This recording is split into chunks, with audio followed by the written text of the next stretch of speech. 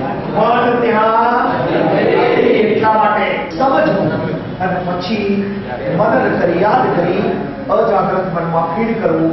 આ પ્રોસેસ નહીં કરો 95% ઉપર કદાપી નહીં આવે. અને આ પ્રોસેસ જીવનમાં ગમે તે તબક્કામાં કામમાં આવશે તમારે. તો આ પ્રશ્ન મારો આ હતો કે આ બાજુના કઠિયારાએ 100 ઝાડ કાપ્યા, આ બાજુના કઠિયારાએ 50 ઝાડ કાપ્યા. કે કોણ જવાબ આપે? યસ બોલ બેટા. ખોટું હોય તો હવે એક વાત કહું તમને, ઘણા લોકો જવાબ જાણતા હોય છે પણ બોલતા નથી. કારણ હું ઊભો થઈ અને બોલીશ, ખોટો પડીશ તો લોકો મારા માટે શું વિચારશે? અરે લોકો માટે જીવો છો તમે? તમે કોના માટે જીવો છો? ખોટું હોય તો ઊભા થઈને ખોટું તો ખોટું બોલો. સર કરેક્ટ કરશે આપણને. આપણે ખોટા છીએ કે સાચા છીએ એ નહીં બોલીએ તો સરને ખબર કેવી રીતે પડશે? પડશે સરને? કોણ જવાબ આપે બેટા? તું આપીશ? શું નામ તારું? સની જવાબ આપે છે. જે આવડતો હોય બોલ. ખોટું તો બોલ પણ સની. હે ચાલો હવે કોઈ આપશે આમાંથી જવાબ? હવે જવાબ સાંભળવો છે તમારે. ઘણી બાજુ પાછળ કોઈ હા નહીં પાડે. દવાખાનામાં ગયા હોય, કોઈ કાકા બીમાર હોય, કાકા પૂછો કાકા કેમ છો? તો કાકા કે હા. આ તો બીમાર માણસો બોલે. બીમાર માણસો હા કે તમે બીમાર છો? હા બોલો બરાબર. તમારો જવાબ સાંભળવો છે. હવે મને કહેવાની કઈક મજા આવે. જો આ જવાબ ફક્ત સાંભળવા માટે નથી, સાંભળી અને જીવનમાં અમલમાં મૂકવા માટે છે. અમલમાં મૂકશો? ભાષણ નહીં બોલ્યા એટલે નહીં કરવાનો. બધે વખત બોલવાનો.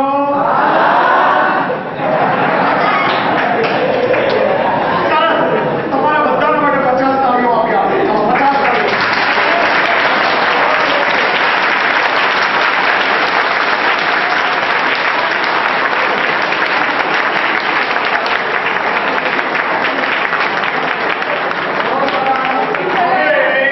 એનો જવાબ સાંભળવા તૈયાર થઈ જાઓ.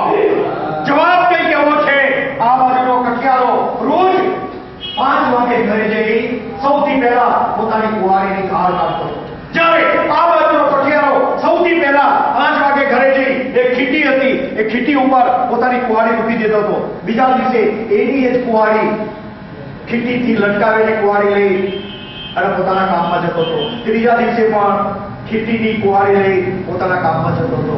જ્યારે આ બાજુનો કઠિયારો સૌથી પહેલું શું કામ કરતો હતો? જવાબ છે કુંવારીની ધાર કાઢતો હતો. જ્યારે આ બાજુનો એની એક કુંવારી 10 દિવસથી વાપરતો.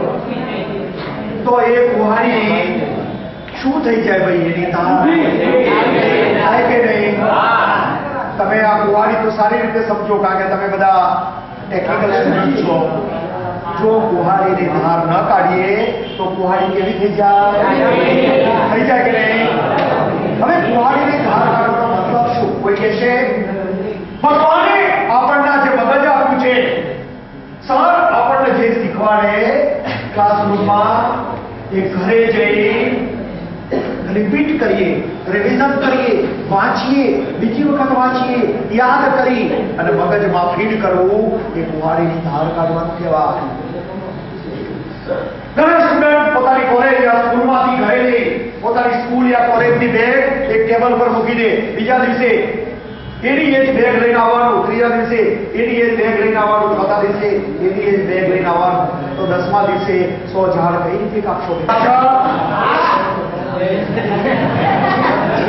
આ ભગવાને આપેલું શરીર નથી, આ ભગવાને આપેલું મંદિર છે. આ શું છે?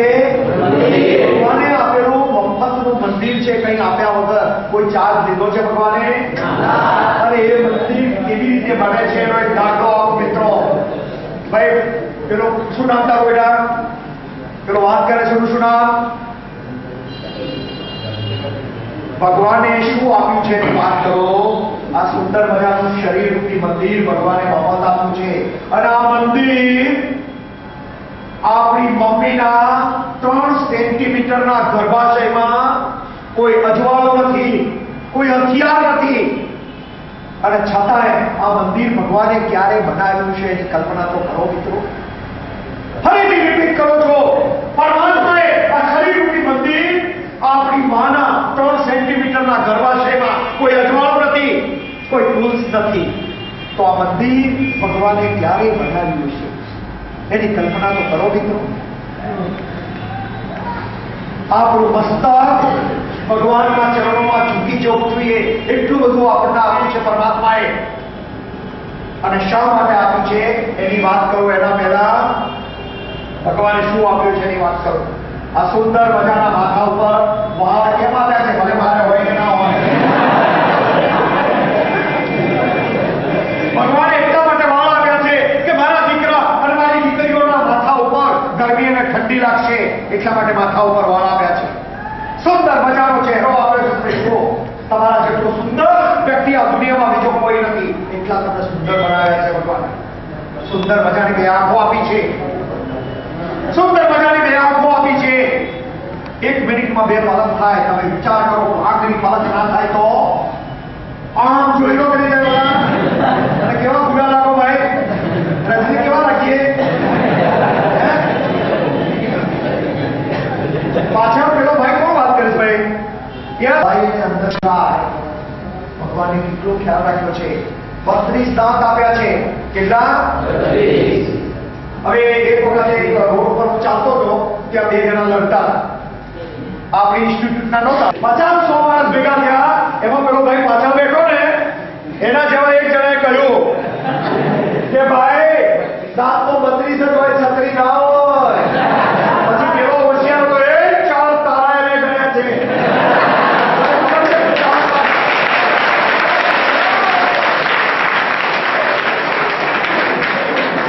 મને ખબર છે તું વચ્ચે દબ કરવાનો, એટલે 4 તારા ગણ્યા છે અને મેં ગણીને રાખ્યા છે. પાછો ધ્યાન રાખજે.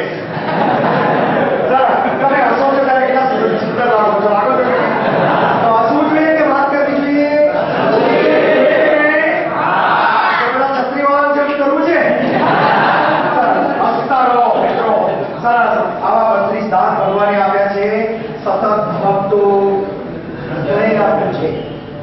72,000 નાડીઓ લાંબી ભગવાને આપી છે. 72,000 કિલોમીટર લાંબી કરો તો થાય એટલી આપી છે. પછી 72,000 દિવસ ચાલે એટલું, 200 વર્ષ ચાલે એટલું મજબૂત હૃદય આપ્યું છે ભગવાને. ફેફસા આપ્યા છે, પેન્ક્રિયાસ, કિડની, ખોરાક પચાવવા માટે બધું કેટલું તંત્ર આપ્યું છે.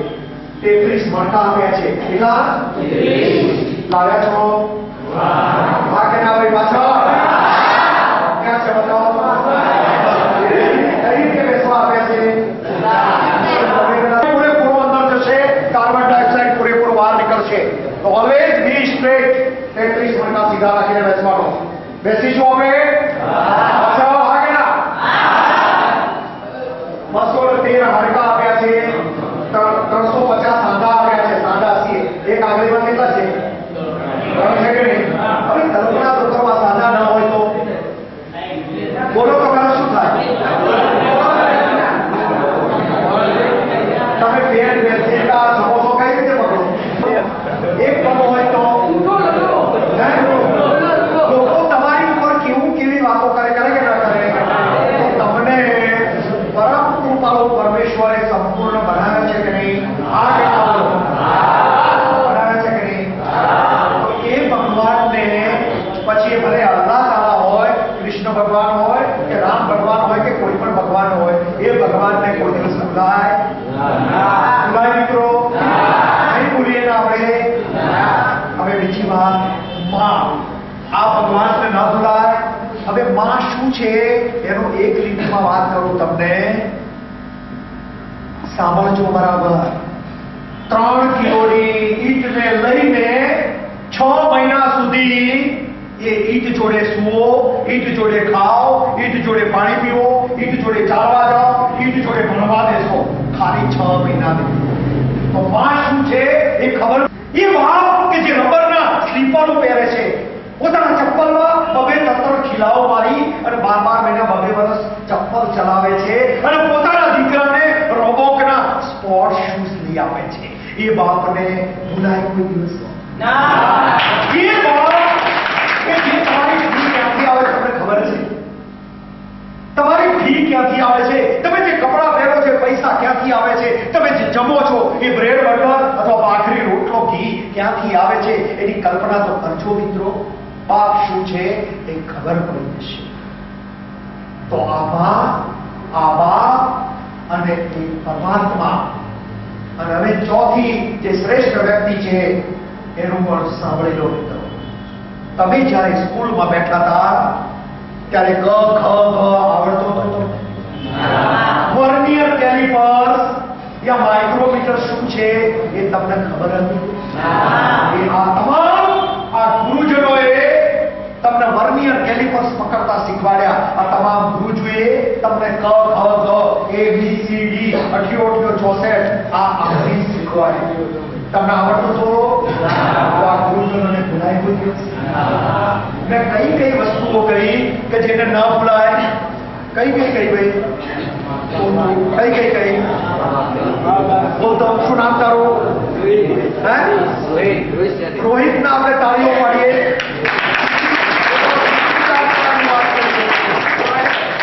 કઈ વસ્તુ જિંદગીમાં નહીં ભૂલવાની? કઈ કોણ એક જવાબ આપશે? શું કે બેટા? માં. પછી બીજું પિતાજી. માં પછી ત્રીજું પછી ચોથું. જિંદગીમાં આ ચાર જણને ભૂલશો, આ ચાર જણને રોજ યાદ કરશો, સુખી થશો તમે. વેલ્યુ બેઝ લાઈફ હશે તમારી. ચાર જણ હોય એમને ઓલવેઝ નમસ્કાર કરવાના, કારણ કે એ ડિવોટી છે. તમને એમનું જે જ્ઞાન છે તમને આપે છે. એ કઈ રીતે જ્ઞાન આપે છે? એ આ માં કઈ રીતે રોટલો બનાવે છે? એ આ માએ 6 મહિના અંદર કઈ રીતે રાખ્યા? એ માં જ જાણે, તમે નથી જાણતા. એ ભગવાને આટલું બધું આપ્યું કે ભગવાન આમાં તમામ ગુરુજનોને રોજ યાદ કરીશું. હવે થોડાક આગળ વધીએ. હવે આ શરીરની વાત કરીને હવે મનની વાત કરો એના પહેલા મારે તમને હસાડવા છે. શું છે? હું સરને વિનંતી કરું, ચૌહાણ સાહેબને, બેન અહીંયા છે છતાં એમની હાજરીમાં પણ સાહેબને હસાડવા. સાહેબને રિક્વેસ્ટ કરીએ